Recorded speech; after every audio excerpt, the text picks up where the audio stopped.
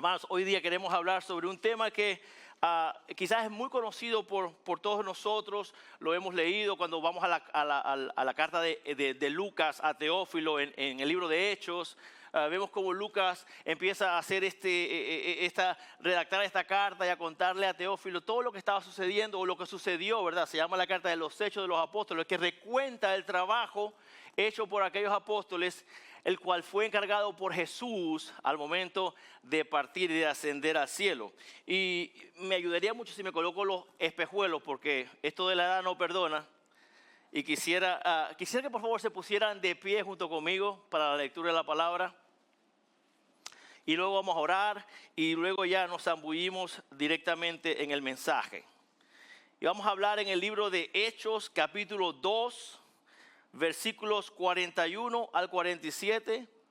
Y leo la palabra, dice: entonces los que habían recibido su palabra fueron bautizados, y se añadieron aquel día como 3,000 almas, y se dedicaban continuamente a las enseñanzas de los apóstoles, a la comunión, al partimiento del pan y a la oración. Versículo 43 dice: sobrevino temor a toda persona, y muchos prodigios y señales se hacían por los apóstoles. Todos los que habían creído estaban juntos y tenían todas las cosas en común. Vendían todas sus propiedades y sus bienes y los compartían con todos, según la necesidad de cada uno. Día tras día, versículo 46, continuaban unánimes en el templo y partiendo el pan en los hogares. Comían juntos con alegría y sencillez de corazón. Y el versículo 47 dice: alabando a Dios y hallando favor con todo el pueblo. Y el Señor añadía cada día al número de ellos los que iban siendo salvos. Esa es la palabra de Dios. Señor, te damos gracias, Señor, porque tú eres fiel, porque vemos que a través de este versículo podemos ver que esta obra, Señor, tuvo comienzo en ti, Señor, se mantiene en ti, Señor, y va a tener conclusión en ti, Padre Santo. Y nos da gozo, ¿verdad? Saber eso, porque entendemos que nosotros nunca podríamos, Señor, sostener algo tan poderoso, porque no podemos, Señor, porque un día estábamos muertos en el pecado, Señor, terribles noticias, pero vinieron las buenas noticias, Señor. Y la buena noticia es esta, Señor, que estando perdidos en el pecado, hallamos arrepentimiento y encontramos gracia y misericordia en ti, en el trabajo de Jesucristo en la cruz y en su resurrección, Señor. Te damos gracias por esta palabra que sea edificante para nosotros y que podamos aprender entonces cómo vivir como aquella iglesia vivía, Señor. Aún en circunstancias completamente diferentes, pero la misión, Señor, sigue siendo la que tú nos has encargado, Señor. Te lo pedimos todo en el nombre de Jesús, Señor. Amén. Pueden sentarse, hermanos. A través del mensaje de hoy quisiera que pudiéramos observar, le he titulado este mensaje las características visibles de la iglesia de Cristo, ¿verdad? Y es que un mundo perdido nunca va a poder llegar a ver a una iglesia invisible, nunca la va a poder llegar a ver. Pero lo que anhela Dios a través de su plan redentor es que nosotros seamos una iglesia visible, pero que esta iglesia visible debe poseer características específicas y que salen solamente de una sola fuente, que es Cristo Jesús. Entonces, a través del día de hoy, quisiera que podamos ver esas características y entender que desde el principio Dios quiere que todos conozcan su plan redentor. Desde el principio Dios lo hizo. En el principio dice el Génesis 1:1 que Dios creó todo, ¿verdad? Y a través de ese proceso, ese día comenzó lo que iba a ser el plan redentor, que lo podemos ver, que habla sobre Jesús, que relata a este Jesús desde Génesis hasta el libro de Apocalipsis. Pero también queremos ver que la iglesia de Cristo tiene una intención de ser testimonio para los que aún no conocen de Él. Que la iglesia es el instrumento que Dios quiere utilizar para lograr esto. Cuando vemos el plan redentor de Dios, comienza en el Antiguo Testamento con un pueblo de Israel que se le encarga ser la identidad de este Dios a través de prodigios, de milagros, a través de sacar al pueblo de la esclavitud. Pero este pueblo se encuentra continuamente con el deseo de arraigarse a algo más que la fuente verdadera de vida, que era Dios. Y se encuentra esta iglesia batallando en esclavitud y Dios sigue ofreciendo libertad a esta iglesia. Hoy en día, en el contexto nuestro, ¿verdad? En el Nuevo Testamento, donde vivimos, Dios ha establecido su cuerpo. Y la primera vez que vemos como la iglesia, o lo que conocemos como iglesia hoy, la vemos en el libro de Hechos.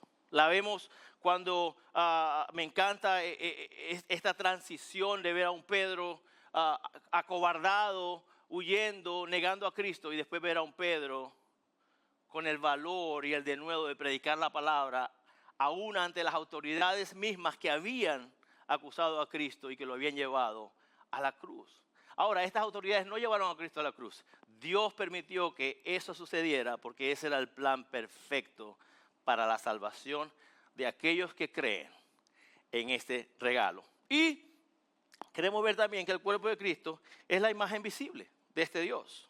Ahora, estas cosas suceden a través de características que tenemos que tener. Lo primero que queremos ver aquí, lo que nos relata el versículo 41, dice que esta iglesia, la primera característica es que esta iglesia sabía que todo había sido establecido por Dios. Si podemos leer el versículo, dice que entonces los que habían recibido la palabra fueron bautizados y se añadieron aquel día 3,000 almas. Hay versiones que dicen que aquellos que recibieron la palabra con agrado, que aquellos que recibieron la palabra con gozo, que les pareció algo que era bueno, que les pareció algo que era edificante, que les pareció que era algo que iba a cambiar sus vidas, que decía, eran bautizados y ese día se añadieron 3,000 almas. Quiero hacer una pausa aquí y resaltar algo. La iglesia no añadió 3,000 almas ese día. Pedro, con su elocuencia y su capacidad de hablar corajudamente o con mucho valor acerca del mensaje, no añadió 3,000 almas a la iglesia ese día. Dios añadió 3,000 almas a la iglesia ese día. Y esto me llama la atención porque muchas veces, y quizás como copiando lo que el pastor dice, quizás esto no sucede en esta iglesia, pero muchas veces somos nosotros mismos los que queremos distorsionar lo que aquel modelo de iglesia significa. A veces queremos venir a la iglesia y queremos conformar la iglesia a nuestros propios deseos y a nuestras propias cosas que nos agraden. Bueno, queremos ir a una iglesia y quizás hablar con menos personas que pueda hablar. Quizás tener un círculo estrecho de personas con las que yo me goce. Pero esta iglesia hablaba que era una iglesia que estaba ¿qué? Unida. En el capítulo 1, versículo 14 dice que perseveraban unánimes en oración. No era una iglesia que entendía que la división era algo que debilitaba aquella fuerza por la cual ellos iban a transmitir el mensaje de Dios. En Colosenses 1 dice, versículo 16, porque en Él fueron creadas todas las cosas, tanto en los cielos como en la tierra, visibles e invisibles, ya sean tronos o dominios o poderes o autoridades. Todo ha sido creado por medio de Él y para Él. Todo, aquella iglesia entendía que todo había sido establecido por Dios. No solamente entendía que todo había sido establecido por Dios, es que esta iglesia entendía que el trabajo de progresar o de avanzar el reino era algo que no se podía detener. Y muchas veces dentro de este contexto queremos ver un éxito inmediato. No les voy a levantar la mano, no les voy a pedir que levanten la mano, pero seguro que alguno de ustedes en algún momento compartió el evangelio con alguien y aquella persona dejó esa conversación y se fue. Y usted se sintió triste porque esa persona no hizo profesión de fe. Usted quizás llegó a la casa y se quejó con su esposa, le dijo, ¿cómo es posible que yo dure 20 minutos, media hora hablando con esta persona? Le comparto las buenas nuevas y se va. No le hace caso a lo que yo estaba diciendo. No tomó en consideración mi tiempo, mi inversión.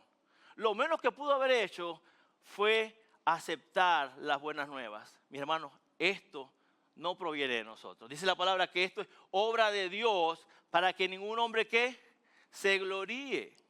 Y es que el hacer el tomar crédito de lo que le corresponde a Dios se convierte en una vanagloria. Una vanagloria, ¿sabe lo que significa una vanagloria? Que suena una palabra así bien elocuente, vanagloria. Es una gloria vacía. Es una gloria que no tiene nada. O sea que en el momento que usted se siente vanagloriado por hacer lo que le toca hacer, déjenme decirles que el crédito solamente le pertenece a Dios. El Señor nos ha colocado donde estamos para cumplir lo que Él ha establecido. Esta iglesia entendía que estaban ahí para hacer el trabajo que se les había encargado. Aquella iglesia sufrió burlas. ¿Recuerdan cuando en el primer discurso de Pedro dice que llegó el día de Pentecostés y aquellas personas se podían comunicar en los diferentes dialectos que hablaban personas de otras regiones de esa zona? ¿Y qué dijeron? No, si aquellos, parafraseando, aquellos lo que están es ¿qué? Borrachos. Y Pedro, reprendiendo, les dijo, varones, déjenme decirles, estos hombres no están tomados como ustedes piensan, porque ya el poder del Espíritu Santo había sobrevenido sobre la iglesia. Ese mismo poder del Espíritu Santo es el que habita en cada uno de ustedes que han decidido rendir sus vidas a Cristo y entregarle el señorío de sus vidas para que Él sea quien rija su vida, para que sea quien les indique cómo vivir su vida y para que el cumplimiento de todo eso quede en sus manos siempre y cuando Él nos encuentre fiel haciendo lo que Él nos ha mandado a hacer. No estoy queriendo decir que si usted no lo hace pierde su salvación, no, pero pierde el gozo de estar en las manos, de ser el instrumento de este Dios maravilloso para hacer lo que Él se ha propuesto hacer para todas las naciones. Hermanos, solamente la palabra de Dios podía transformar el corazón de aquellas 3,000 personas que fueron añadidas a Él. Dice Isaías 55, porque como descienden de los cielos la lluvia y la nieve y no vuelven allá, sino que riegan la tierra, haciéndolo producir y germinar, donde semilla el sembrador y pan y dando semilla al sembrador y pan al que come, así será mi palabra que sale de mi boca, dice el Señor. No volverá a mí vacía sin haber realizado lo que deseo y logrado el propósito por el cual la envié. Ese día la palabra de Dios no retornó vacía. ¿Cómo sabemos eso? Porque 3,000 personas fueron añadidas. Es más, si pudiéramos titular o darle un nombre a aquella iglesia, fue la primera mega iglesia que conocimos. Porque pasó de tener un cuerpo de 120 personas, porque dice que cuando después del discurso de Pedro, se reunieron 120 de ellos. Pero después 3,000 fueron añadidos. Y quiero que recuerden lo que acabo de decir, una mega iglesia. ¿Por qué? Porque muchas veces esta es una de las razones que damos por la cual no reflejamos las características de esta iglesia de Cristo. Pero además de la palabra, Dios se hizo de un pueblo escogido. Primera de Pedro 2:9, los que me conocen a mí saben que ese es uno de los versículos que más tengo pegado a mi corazón. Porque dice, y ustedes son nación santa, real sacerdocio, pueblo escogido, pueblo adquirido por Dios. ¿Para qué? Para anunciar las virtudes de aquel que los llamó de las tinieblas a vivir ahora en su luz admirable. Entonces Dios se ha hecho de un pueblo escogido. Si usted ahora camina en fidelidad a Dios, si usted ahora ha sido cambiado por el poder y la gracia de Cristo y el sacrificio de Él en su cruz y la resurrección, usted es pueblo escogido. Ya usted no es más un foráneo, ya usted no es más un forastero, usted es parte de la familia de Cristo. Ahora todos los que hemos tomado esa decisión, todos los que hemos rendido nuestra vida a Cristo, podemos clamar con autoridad, Abba Padre, y Él nos escucha. Somos parte del pueblo escogido de Dios. Y la palabra transforma, pero eso no nos exime a nosotros a decir, bueno, yo voy a dejar que la palabra sola sea la que haga el trabajo. Yo voy a dejar que sea Dios solamente el que lo haga porque yo lo voy a dañar. No. Porque dice la palabra que si usted está en Cristo, dice que usted es una ¿qué? Una nueva criatura. Las cosas viejas han pasado. Cristo lo ha hecho nuevo. Cuando Dios lo mira a usted ahora, no mira quien usted era antes, sino que mira el sacrificio y la sangre de Cristo derramada sobre usted. Y esto nos da la oportunidad para empezar a vivir una vida que honre y glorifique a Dios, siendo obediente a Él. En 1 Corintios encontramos aquel intercambio entre Pablo y Apolo, y decía, yo sembré, Apolo regó. ¿Pero qué? Pero el crecimiento lo da Dios. ¿Pero qué sucedió ahí? Que uno sembró y otro regó. Dios quiere que nosotros seamos partícipes de esta obra redentora. Y esto debe animarnos a decir, ¿sabes qué? Yo quiero que la gente vea estas características en mí. Yo quiero que la gente pueda ver en mí que soy un discípulo de Cristo que anhela avanzar el reino, porque quiero que muchos puedan conocer a este Dios y muchos puedan llegar a la salvación. Entonces es una iglesia que entendía que todo había sido establecido por Dios. Y el punto número 2 dice que era una iglesia que estaba comprometida con la enseñanza y que se fortalecía por medio del discipulado y el compañerismo. Lástima que esto no es un contexto de estudio de escuela dominical, porque me encantaría preguntarle, ¿cuántos han sido discipulados? Y si han sido discipulados, ¿cuántos han disfrutado del discipulado? ¿Cuántos han podido vivir? Yo sé que nos gozamos y a veces Valeria y yo tenemos una mala fama que nuestros discipulados duran 3 años, pero es que nos gozamos de poder caminar con estos hermanos y poder aprender junto con ellos y poder llegar a ser mejores cada día. Dice que perseveraban en la enseñanza. La palabra que utiliza aquí para perseveraban es la palabra griega proskarterontes, que significa algo que se toma en serio, que significa ser consistente, ser diligente y también algo a lo que uno se adhiere fuertemente, que se arraiga eso y que camina con eso. Esta iglesia tomó el llamado de la enseñanza muy en serio. Entendía que esta era la fórmula que Dios había establecido. Pero no solamente hacía eso. Además, dice que era una iglesia donde había ¿qué? Comunión.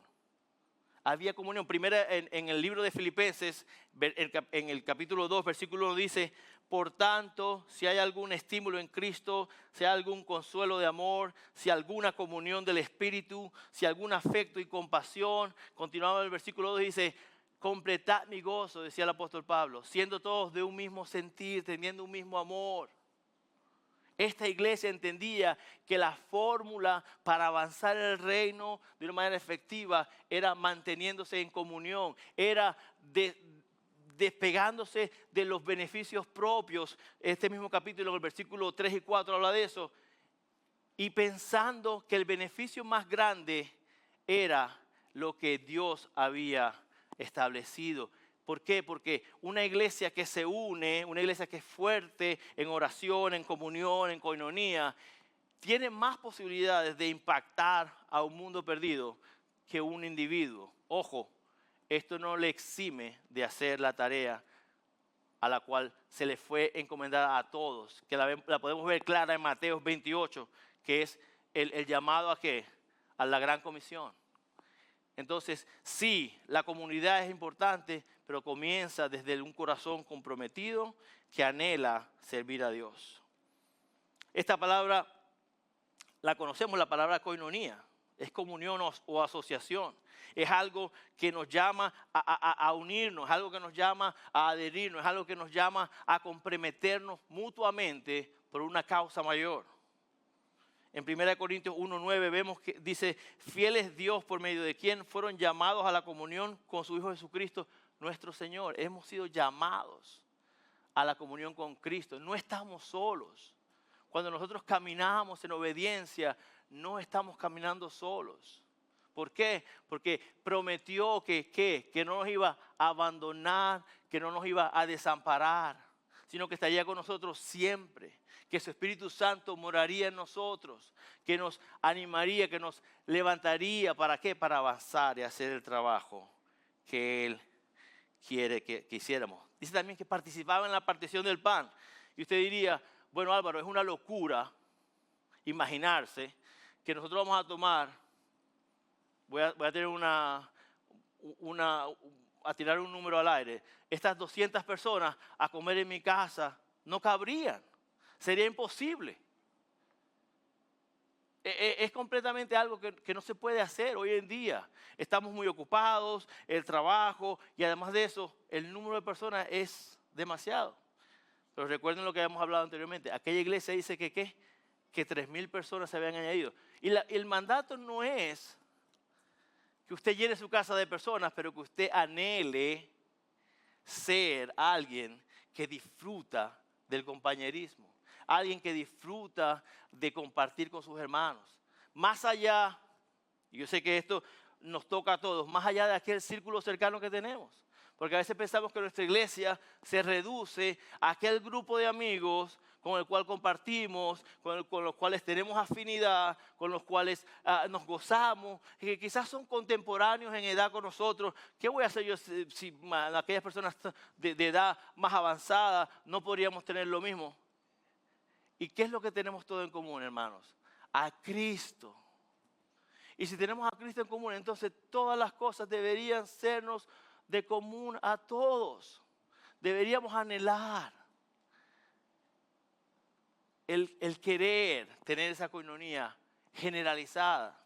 Pero eso es un trabajo que el Espíritu Santo tiene que hacer en nosotros. Y nosotros tenemos que ser sensibles a la voz del Espíritu Santo. Hoy en día es un reto. Pero, como dice 1 Corintios 1:10, les ruego, hermanos, por el nombre de nuestro Señor Jesucristo, que todos se pongan de acuerdo. Y aquí está hablando de que no hubiera divisiones, pero me encanta lo que dice al final. Dice, sino que estén enteramente unidos en un mismo sentir y en un mismo parecer. El apóstol Pablo entendía cuál era la fórmula. Él sabía que esta era la manera en que una iglesia podía seguir avanzando el reino de Dios. Hoy en día, hermanos, lamentablemente, queremos tener iglesias que atraen a las personas por las razones incorrectas. Y yo no tengo nada en contra de los programas y de los eventos, pero nada de eso salva, hermanos. Lo único que salva es la palabra de Dios. Así que tenemos que ser una iglesia que está dada a compartir la palabra de Dios con todos, a caminar en obediencia y ser fieles en eso. Pero además de todo eso, ¿saben qué más hacían? Aprendían juntos, tenían comunión, comían juntos y oraban juntos. ¿Cuántos aquí creen que una iglesia que ora junta es una iglesia que puede ver el poder de Dios revelado en ellos? Ojo, no estoy diciendo que si no oramos juntos, Dios tiene menos poder. No, Dios tiene poder independientemente de cuál sea la situación. Pero si oramos juntos, hay gozo, hermanos. Hay gozo en orar juntos. Y aprovecho para hacer una cuña que los primeros sábados de cada mes nos reunimos a orar. Venga, congréguese con nosotros, así como lo hace el domingo, como lo hace el miércoles, porque hay gozo en una iglesia que ora junta, hermanos. Hay gozo, hay beneficio, hay fortalecimiento, hay crecimiento. Aprendemos a soportarnos unos a otros cuando estamos más unidos. Aprendemos a limar asperezas cuando estamos más unidos. No podemos esperar estar separados y un día encontrarnos y tener la afinidad que anhelamos tener o la afinidad que Dios quiere que tengamos los unos con los otros. Nada de eso pasa mágicamente, hermanos. Todo toma esfuerzo. Muchas veces queremos ver resultados, ¿verdad? Pero no queremos hacer el trabajo difícil. Muchas veces es como alguien que dice, bueno, me regalaron una finca, aquí la tengo, voy a cosechar, voy a recoger café, pero nunca lo voy a sembrar. Es como alguien que dice, Dios me ha bendecido con este hijo, aquí lo tengo, ahora yo quiero que sea un hijo ejemplar, pero nunca pone en práctica un modelo que le va a ayudar a ese niño a vivir y a ser aquel niño ejemplar que usted quiere que sea. Es lo mismo para el cristiano que ha llegado a los caminos de Cristo y dice, yo quiero ser un cristiano que sirve a los hermanos. Yo quiero ser un cristiano que ora fervientemente. Yo quiero ser un cristiano que quiere crecer, que quiere profundizar en la enseñanza de la palabra y se sienta y no hace nada al respecto. Queremos recoger frutos donde no hemos sembrado. Y eso refleja, si esa es nuestra manera de vivir, refleja una iglesia débil. Ellos oraban juntos. La Biblia nos manda a orar juntos. Entonces era una iglesia que entendía que todo había sido establecido por Dios, pero que perseveraba en la enseñanza, en la comunión, en la oración, en la partición del pan. Pero también que había experimentado, dice el versículo 43, que sobrevino temor a todos, porque ellos eran testigos de las maravillas y los milagros que sucedían. ¿Sabe qué pasó antes de las maravillas y los milagros? Lo que acabamos de hablar. La enseñanza, el fortalecimiento, el crecimiento espiritual, la profundización en la palabra de Dios. Y el temor del que ellos hablan aquí, la palabra phobos, aunque es la misma palabra de fobia, se refiere o hace más referencia a algo más cercano a lo que en el Antiguo Testamento se conoce como el temor de Dios. Dice que el principio de la sabiduría es que el temor a Jehová. Se trataba de ese temor, de reverencia a Dios, de honor a Dios, no de tenerle miedo a Dios, pero de respetar a Dios hasta el punto que hacían lo que Dios les había encargado. Job 28 dice, temer al Señor, eso es sabiduría. Apartarse del mal, eso es inteligencia. Y eso es de lo que nos está hablando aquí. Pero ellos estaban asombrados, hasta los mismos apóstoles estaban asombrados de todo lo que estaba pasando a través de ellos. Déjenme decirles, no se desanime. Cuando nosotros compartimos el Evangelio con alguien y el Espíritu Santo obra en esa persona y usted puede ser testigo de esa conversión, déjeme decirle qué pasa. Aquella persona pasó de muerte a vida. Si tú estás aquí hoy y tú dices, bueno, yo no soy parte de la iglesia porque yo no he creído en Cristo todavía, te tengo malas noticias. Porque la Biblia habla de un fin para los que no han creído en Cristo en el infierno, sin esperanza. Pero, ojo, tengo buenas noticias.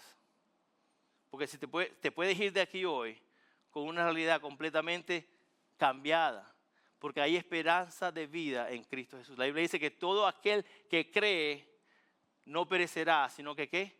Que tendrá vida eterna. En el capítulo 10 de Romanos, el apóstol Pablo decía, y este es el evangelio que nosotros profesamos, que si confesara con su boca y creyera en su corazón que Cristo fue resucitado de los muertos por Dios, seremos salvos. Así que hay esperanza para ti hoy en día. Si estás aquí y tú dices, no soy parte de la iglesia, te puedes ir de aquí hoy siendo parte de esta iglesia.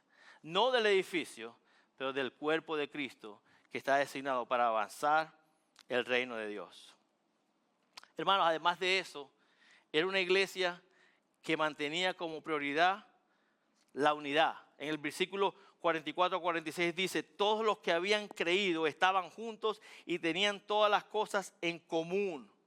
Vendían todas sus propiedades y sus bienes y los compartían con todos, según la necesidad de cada uno. Día tras día continuaban unánimes en el templo y partiendo el pan en los hogares. Comían juntos con alegría y sencillez de corazón. Como le dije anteriormente, ¿se acuerdan del término que utilicé? Era una mega iglesia. ¿Y qué pasa en una iglesia donde hay muchas personas? Hay muchas necesidades. ¿Qué pasa en una iglesia donde hay muchas personas? Hay muchas enfermedades. Y esta iglesia dice que se mantenían juntos, perseveraban en la unidad, oraban, intercedían los unos por los otros, cubrían necesidades los unos por los otros. Una manera en que esta iglesia, que es tan, quizás para usted verla, es una iglesia amplia, grande, numerosa, se empequeñece en los salones de escuela dominical. Si usted no pertenece a un grupo de escuela dominical y quiere experimentar una relación más cercana, una relación donde sus necesidades van a ser sabidas y también van a ser suplidas por sus hermanos, donde van a detener el estudio. Aquí no podemos detener la prédica para orar con usted, o sí lo podemos hacer, porque el pastor no está, podemos aprovechar eso. Pero lo que sucede en el contexto de la escuela dominical es maravilloso. ¿Por qué? Porque podemos practicar Romanos 12 con ellos, donde dice que lloramos con los que lloran y nos gozamos con los que se gozan. Podemos detenernos y orar con alguien que está pasando por un proceso difícil. Es donde podemos experimentar un amor completamente derramado sobre nosotros por nuestros hermanos. Recientemente hay hermanos que han pasado por procesos difíciles y estoy seguro de que no hubo un día que estas personas no recibieran amor, por parte de sus hermanos. Así que esta es otra cuña. Me estoy volviendo un predicador de cuñas. Si no está en un grupo de escuela dominical, anímese. Véame al final del servicio. Ve a Adrián, que es maestro, a Aldo, que es maestro. Pregunte cómo puede hacer para formar parte de un grupo de escuela dominical. ¿Verdad? Y no solamente es para matrimonios. La hermana Dugni es maestra de la escuela dominical de damas. La hermana Livia, en fin. Hay un montón de oportunidades para ¿qué? Para que aquella iglesia numerosa se empequeñezca delante de sus ojos y pueda sentir ese calor y ese amor que debe ser derramado por los hijos de Cristo. Los apóstoles, podemos pensar que ellos fueron huyendo y lo perdieron todo. Y en esta iglesia encontraban cómo Dios suplía para ellos. Tradicionalmente el pueblo judío siempre apartaba un tiempo para dar comida a los demás. Esto era una tradición. En una iglesia que camina en fidelidad a Dios, eso es parte de quienes somos. Queremos bendecir porque hemos sido bendecidos. Queremos dar por gracia lo que un día se nos entregó por gracia a nosotros. Queremos ver a este Cristo vivo en la manera en cómo vivimos, en cómo caminamos, soportándonos unos a otros, dice la palabra. Esto no es fácil. Esto significa que tengo que dejar mi comodidad para acomodar a alguien más. Pues sí, eso es lo que Cristo ha dicho que nosotros tenemos que hacer. La palabra en Juan 15 dice que el mundo sabrá que nosotros somos discípulos de Cristo. ¿Por qué? Porque leemos elocuentemente la palabra, porque cantamos muy bien los domingos, porque nos reunimos a veces en los hogares. ¿Por qué dice la palabra que conocerán que somos discípulos? Por el amor que practicamos los unos por los otros. No es el amor que decimos tener los unos por los otros. No es el amor que yo digo, bueno, yo amo a mi esposa, pero si no se lo demuestro con acciones, entonces el amor nunca ha dado fruto. Por eso el mundo sabrá que somos discípulos de Cristo. ¿Verdad? Una iglesia pasiva se convierte en una iglesia permisiva. ¿Por qué? Porque cuando somos pasivos espiritualmente, todo lo que este mundo, esta sociedad que se deteriora avanzadamente, nos quiere enviar, como somos pasivos, empezamos a crear tolerancia, como aquella analogía del sapo dentro de la olla de agua hirviendo. ¿Verdad? Como estaba dentro del agua y el agua empezó a calentarse, no sintió nada. Y eventualmente pereció. Ahora, la iglesia de Cristo nunca va a perecer. ¿Por qué? Porque es un Dios vivo. Pero Él anhela que tú y yo seamos parte de lo que Él quiere hacer.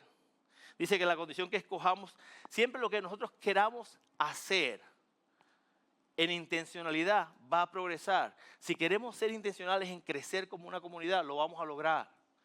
Pero si queremos tomar un rumbo individualista y alejarnos de nuestros hermanos, también lo vamos a lograr. Porque eso es lo que nuestro corazón desea hacer. Pero como vemos en estos versículos, hermanos, el nivel de unidad de esta iglesia progresaba constantemente y lo que había comenzado como aprender juntos, comer juntos, orar juntos, se había convertido en que ahora tenían todas las cosas en común, que cubrían todas las necesidades, que se mantenían a pesar del número, y asumo que después de aquel día fueron más de 3,000, porque dice la palabra que el Señor continuaba añadiendo día a día a aquellos que iban siendo salvos. Pero ellos aún mantenían el deseo de compartir todo. Mi llamado ahora no es que usted se vaya y venda la casa para suplir a otro, no. Pero que en lo que usted puede bendecir a otros. Pero ¿cómo puede bendecir a otros si no conoce la necesidad del otro? ¿Y cómo va a conocer la necesidad del otro si no se quiere rozar con el otro? Es imposible. Es imposible que hagamos eso. Pero cuando somos intencionales en vivir una vida de esa manera, como dice Filipenses 3 y 4, que dice que no hacemos nada por contienda ni por vanagloria, sino que con un corazón humilde vemos a los demás como superiores a nosotros mismos. Y ojo, aquí no estamos diciendo que los demás son mejores que nosotros mismos, sino que nosotros, porque más adelante ese propio pasaje habla como Cristo se despojó de sí mismo. significa que nosotros nos despojamos de nuestros beneficios y miramos el interés de los demás. Y eso nos lleva a vivir una vida que demuestra entonces el amor de Cristo por ellos. Y por último, hermano, no solamente era una iglesia que sabía que había hecho todo establecido por Dios, que perseveraba en la enseñanza, que fue testigo de los milagros y las maravillas que Dios hizo, que aún en el crecimiento y aún en el gran número de personas decidía intencionalmente caminar en unidad. Además de eso, la recompensa fue que era una iglesia que contaba con el favor de Dios. En el versículo 47 dice, alabando a Dios y hallando favor con todo el pueblo, y el Señor añadía día a día el número de ellos, los que iban siendo salvos. Dios vio la fidelidad de esta iglesia. ¿Y Dios qué hacía? Añadía día a día, porque Él entendía que esta iglesia no solamente tenía la capacidad de mantenerse unida donde estaba, sino que el corazón de esta iglesia iba a mantenerse unido en el lugar donde Dios lo pusiera. Y el reto para nosotros es, somos nosotros esta iglesia. ¿Pueden otros ver en nosotros las características de la iglesia de Hechos? ¿Somos nosotros dados a cubrir las necesidades de los demás? ¿O somos herméticos en cuanto a las bendiciones de Dios se refiere? ¿Somos un lago o somos un río? Lo que Dios envía se estanca en nuestro círculo estrecho o corre hacia las demás personas dentro de la iglesia. Ellos hicieron todo bien. Aquella iglesia fue obediente en todo. Pero otra vez quiero reenfatizar en algo. Que era Dios quien añadía a la iglesia a todo el que era salvo. No importa lo que nosotros querramos hacer en nuestras fuerzas, no importa qué programas queremos ejecutar o qué eventos queremos hacer, al final del día es Dios. La gente se va a quedar en la iglesia de Cristo por la palabra de Dios y no por los eventos y programas del hombre. La gente se va a quedar en la iglesia de Cristo por el amor que recibe de parte del cuerpo de Cristo y no por todas las otras cosas que le podamos ofrecer. Una iglesia que camina en obediencia en la palabra de Dios es una iglesia que va a poder ver la mano de Dios trabajar. Y si nos encontramos fieles haciendo la labor que Él nos ha encomendado, de seguro que Él va a darnos favor y gracia para con eso. Nosotros tenemos que estar agradecidos que nuestra iglesia es una iglesia que no compromete la palabra de Dios. Que la palabra de Dios es predicada con denuedo y sí, muchas veces choca y quizás muchas veces para su desagrado porque el Señor quiere trabajar en su corazón, pero no vamos a comprometer la palabra de Dios para hacernos sentir a nosotros bien. Es una iglesia que no se conforma a las cosas ni a las influencias de este mundo. Dice la palabra en Romanos 12:2 que nosotros tenemos que dejar que nuestras mentes sean renovadas diariamente. Y entonces conoceremos la voluntad de Dios que es buena, agradable y perfecta. Esta es una iglesia que es radical con el pecado, hermanos. Y si usted no es radical con el pecado y usted es hijo de Cristo, hijo de Dios y camina en obediencia, tiene que ser radical con el pecado. Llamar al pecado, pecado. ¿Por qué? Porque una iglesia pasiva se convierte en una iglesia permisiva. Hermanos, es una iglesia que se preocupa más por ser obediente a los mandatos de Dios que el agradar a cualquier persona.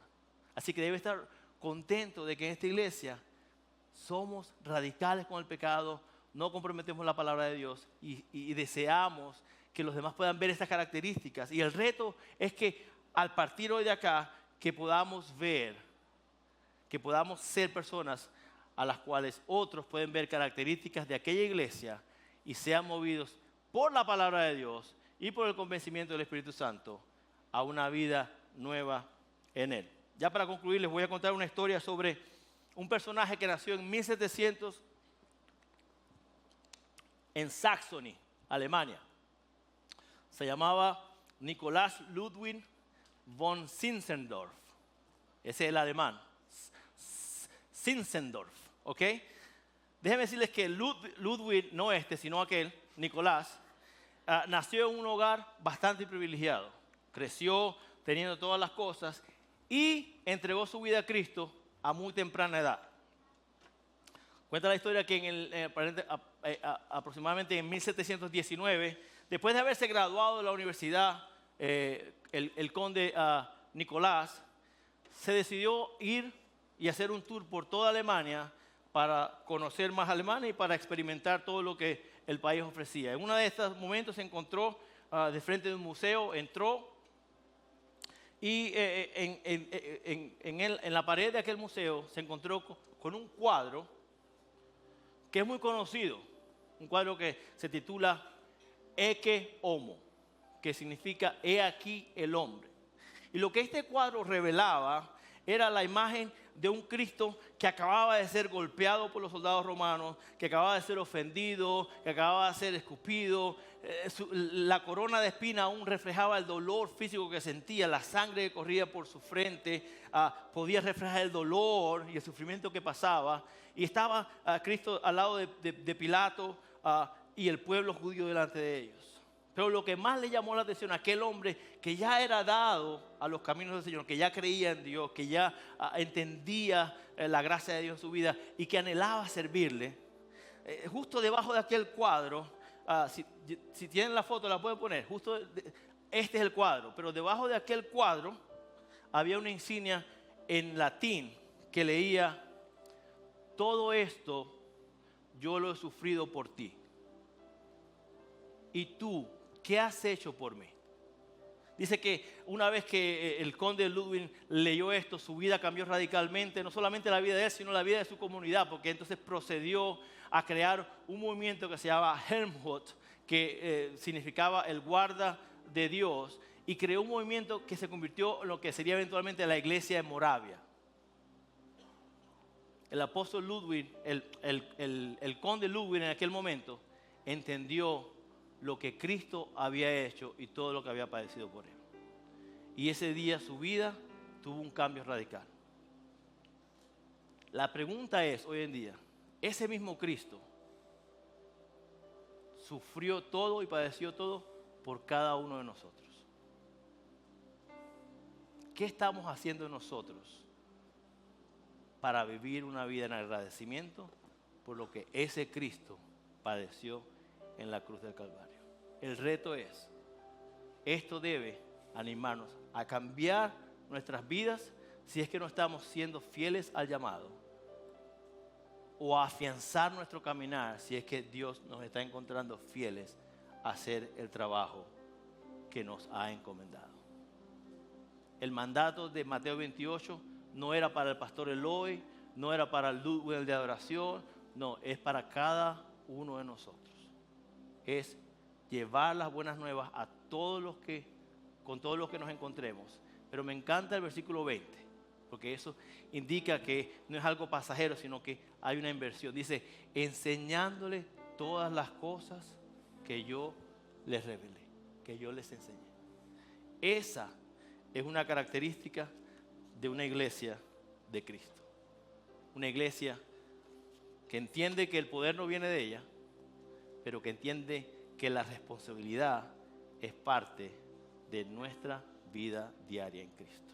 Una vez más te invito, si estás aquí hoy en día y tú no conoces a este Cristo, es fácil. El Evangelio es bastante simple y se puede describir de esta manera. Sin Cristo estamos esclavizados en el pecado. Noticias terribles. Vamos a una muerte segura al infierno. Pero en Cristo tenemos vida nueva por el poder de su muerte y la misericordia de su resurrección. No por lo que nosotros hacemos, sino por todo lo que Él ha hecho. Les animo a que seamos una iglesia que revela las características de este Cristo que vive, ¿verdad? Y que día a día demanda que nosotros seamos discípulos fieles a la obra redentora que Él hizo. Que el Señor les bendiga.